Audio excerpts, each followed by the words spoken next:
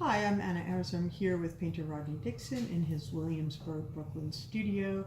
Rodney, thank you so much for inviting us into your studio this evening.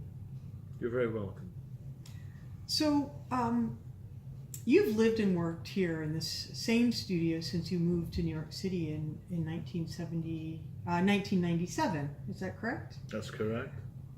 It seems that the work, as I've researched your oeuvre, your body of work, has changed pretty radically over the course of that time, and yet there are some very fundamental ideas that remain. And just to sort of lay out some basic ideas or polemics that I see that you kind of wrestle with in your work, I would say you think deeply about life and death, light and dark, and there is really often a sense of struggle and calm in your work. So there are these dualistic qualities that I think your work contains, and they've been there from the very beginning, I think. Even when you were making sort of more conceptually based, performance-based, and even sort of fluxus-based work before you moved here and when you first moved to New York City. Do you want to speak about any of that? Sure. Yeah, I think that I've worked in a number of ways, as you've mentioned. Painting has usually been the basic thing that I've always done, but depending on whatever subject I might have been dealing with at the time, it sometimes occurred to me that there was maybe another way to do it, or a better way to do it. So I did performances or videos or something that we used to call happenings, and in that situation it maybe dealt with the subject in a better way. But the basic thing that I was always interested in was something that connects with the human spirit, something that might be described as visceral or something like that. Going right back to my time at art college, I never felt a division between figurative or non-figurative painting. And through my life I've painted in both ways, sometimes hyper-realistic like a photograph.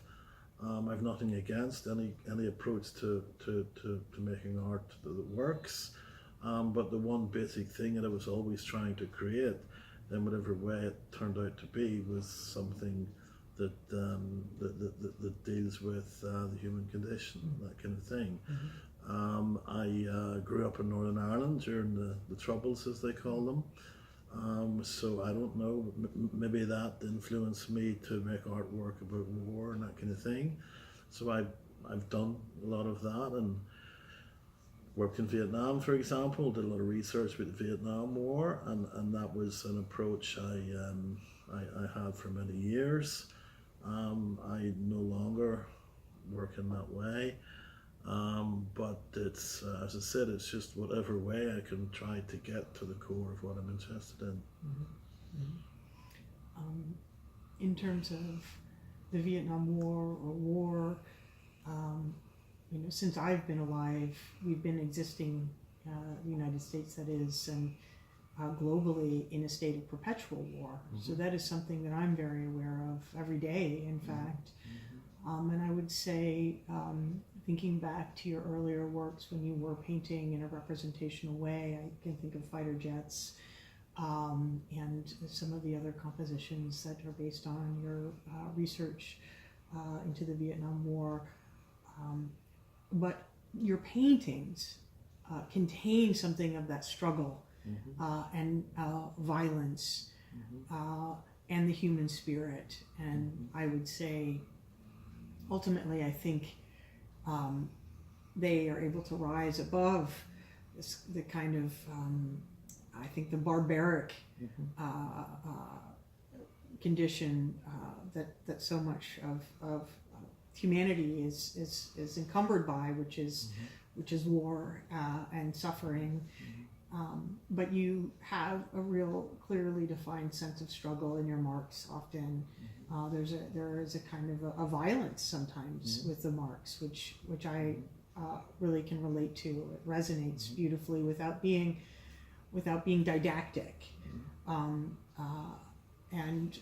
can certainly appreciate this idea of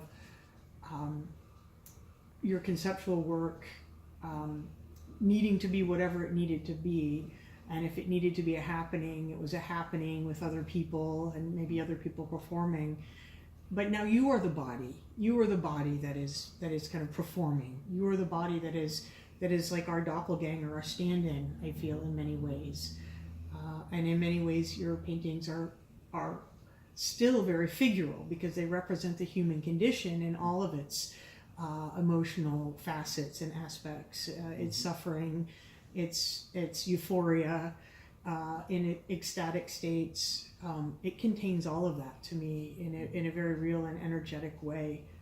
Could you speak about that? Yes, I think I could. Well, first of all, you mentioned that in your life there's been perpetual war.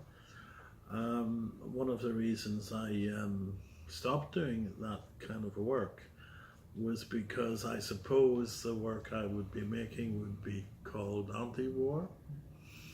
And somebody came to me one time and they asked me to co-curate a show with them that was anti-war. And somehow after making that kind of work for years, it occurred to me it's kind of ridiculous to make work about anti-war because we're stuck with it. It's always there. So my thing was we could make work about war, or war is the subject, but anti-war seems to not really be gathering much momentum in our lives, you know. So that's partly why I thought about not continuing with that kind of work. I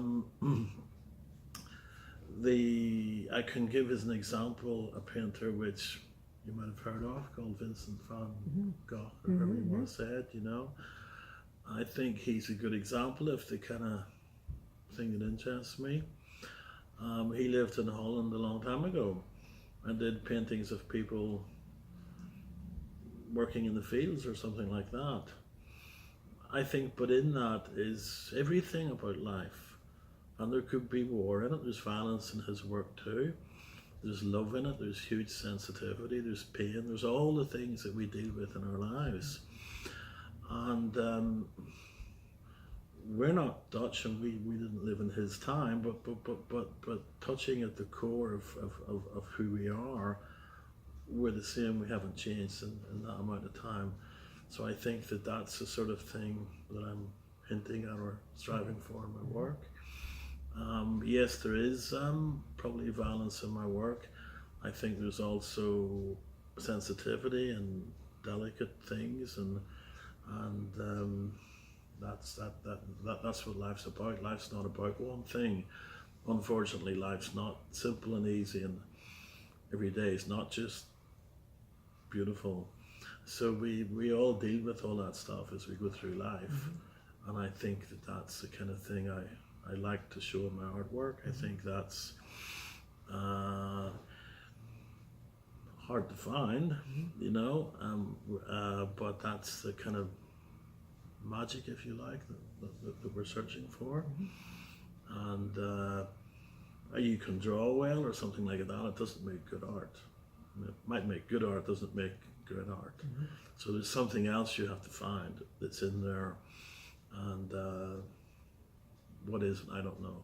It's not something you put your finger on, but it's what I think we strive for as artists, and that's my ambition to try to do that.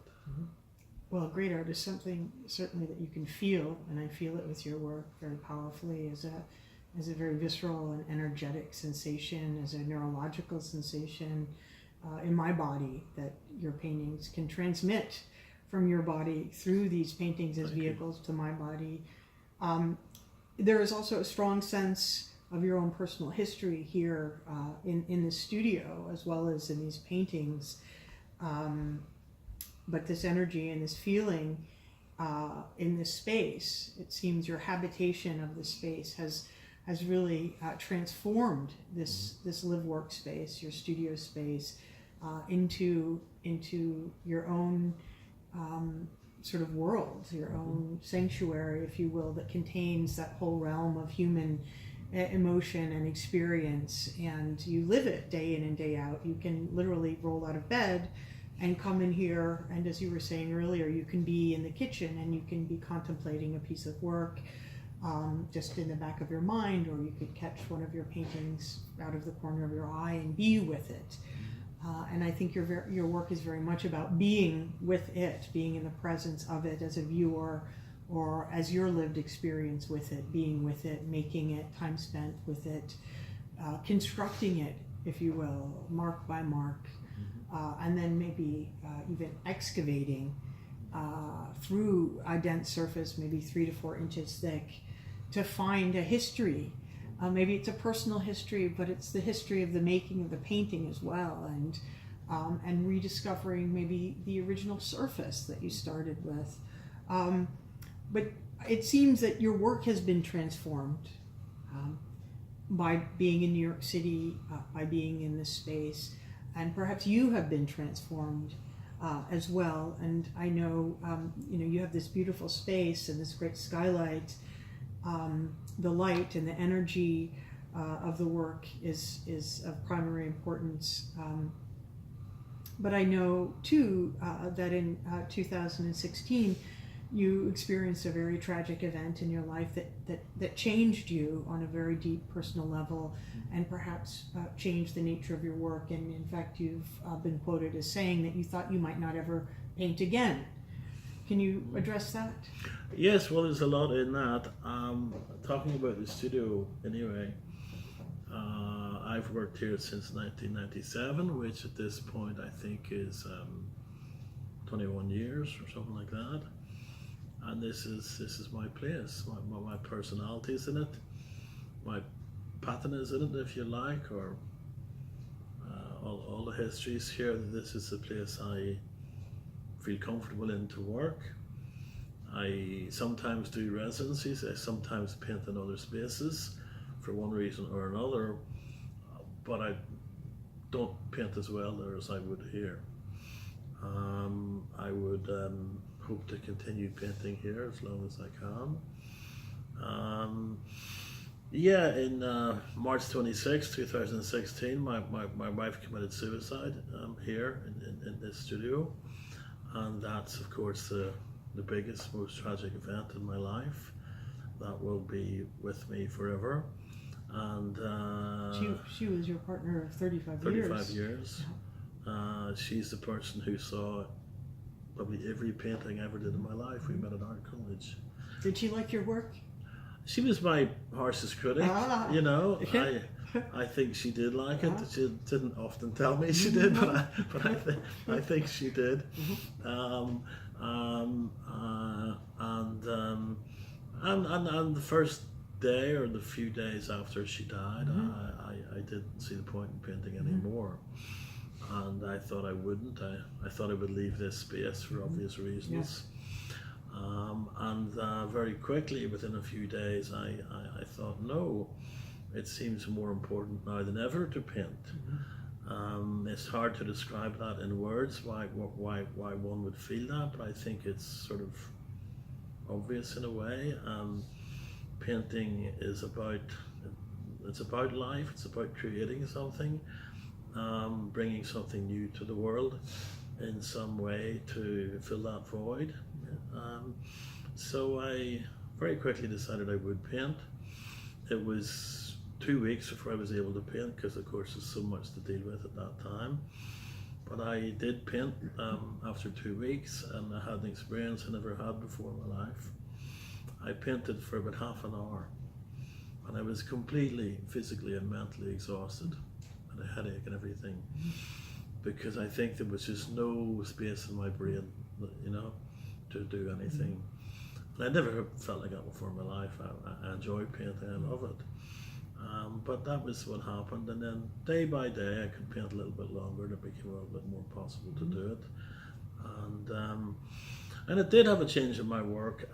The first series of paintings I did I think 10 small paintings that were about her her suicide, about her, and they were pretty much completely white.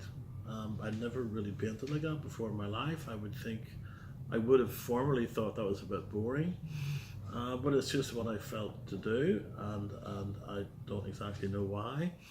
I might have been thinking about bringing some light and peace to her, because she didn't have that towards the end of her life. And since then, I've continued to paint a lot lighter paintings, a number of paintings that are all white.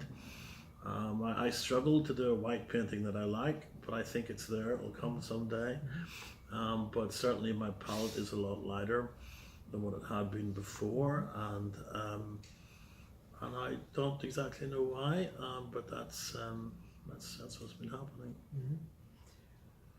So you wanted to make some paintings that were really about light and peace, and you struggled on that first day to just kind of be with that painting, a white painting, a series of 10 white paintings for your wife. Does that series have a title? Juliet is her name, that's the title. Juliet. That's beautiful. And through that process of painting those paintings, did you feel like you had a catharsis? Did you feel you arrived at some level of peace? Or well, that's a very good question, and maybe in that question is the answer, because I think that making art, I think especially painting, it's a lot about some kind of self-discovery or some kind of thing like that, and I guess that's where the root lies in those white paintings. It's some kind of catharsis for me and what happened, and that has continued. And I think the darker paintings I used to do at other times in my life, maybe I can't handle that anymore. You know, there's a heaviness. Well, you really. I was thinking about talking with you earlier, and I thought of you chasing the light, and I thought, that was a really beautiful kind of metaphor and poetics for what you do. But you really do try through your labors, which are very rigorous, in a really rigorous and strong studio practice, day in and day out. You're really contemplating light, considering light in all of its different aspects, and all of its different spectral colors, even to the point where you will go out and you will draw at night, which is a very different kind of light. And I know that when you go and you draw at night, you work with charcoal, but you also draw the landscape. And also in your drawing, the figure seems to reemerge. And that's a very interesting idea to me, because it's a very different process from your painting. How do you think that the different practice of drawing relates then to your need as an artist, or to your practice? Well, first of all, I love to draw, so that would be one reason to do it. But the reason is I draw the figure, or I draw the landscape, because it's there, it's the natural world. I do it, my interest is the light and how it affects the subject. And it's been sort of ongoing research about light and how I can understand it, or try to understand it.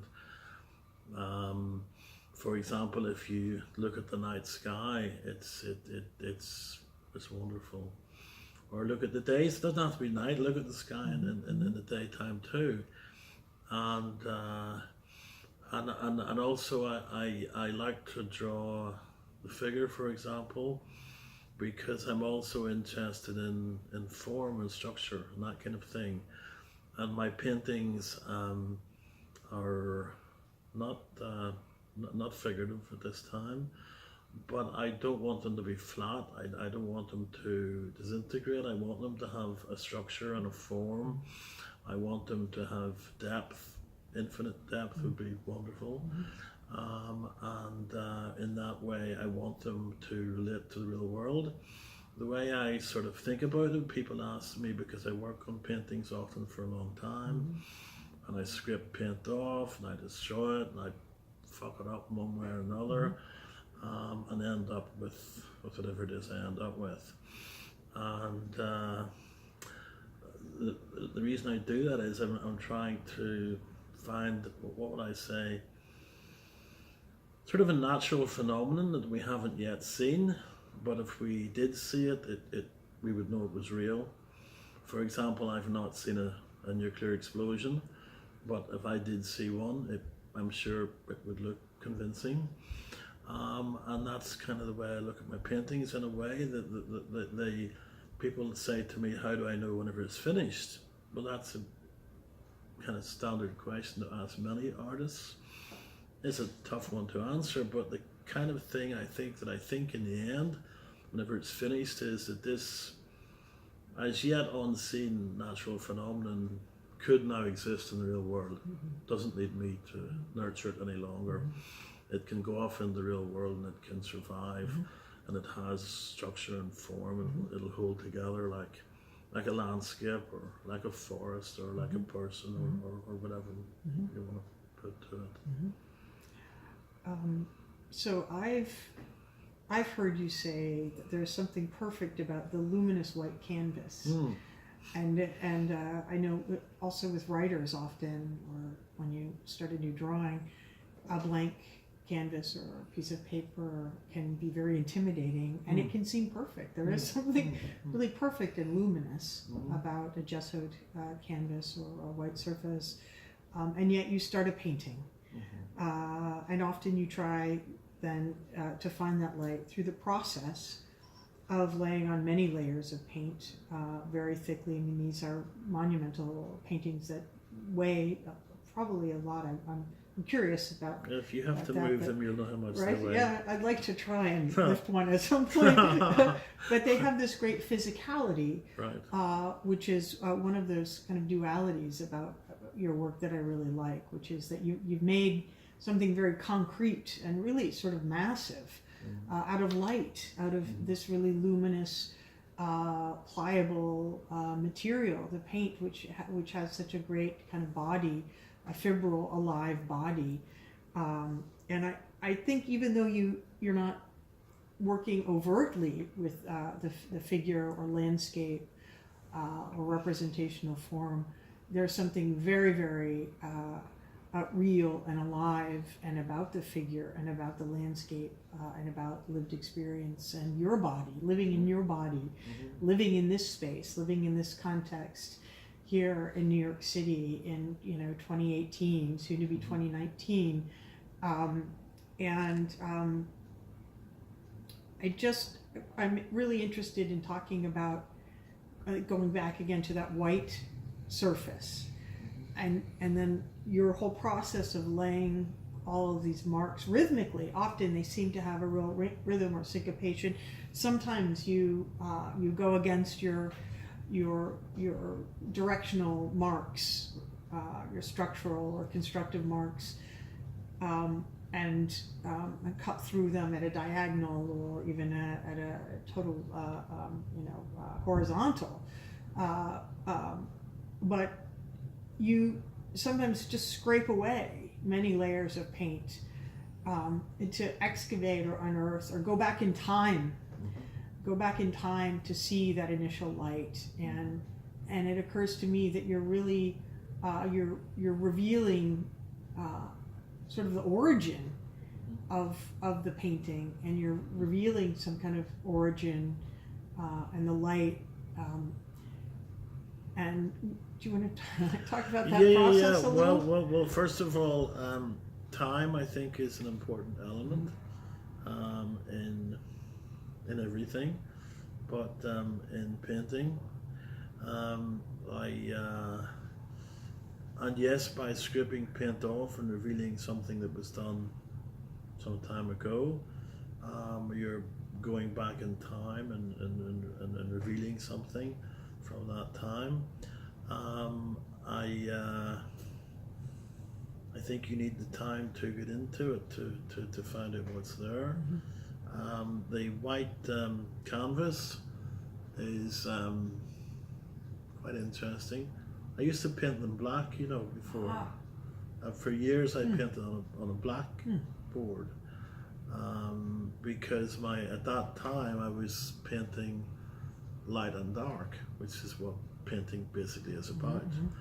And then more recently I thought, well, forget about the dark, just paint the light.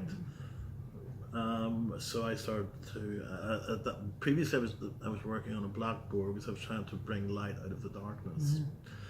So then I started to paint them white, and whenever I would look at it, it would seem beautiful. It's finished already, I don't need to do anything. But if I went along with that, then I'd be talking myself out of a job. So I want to do something.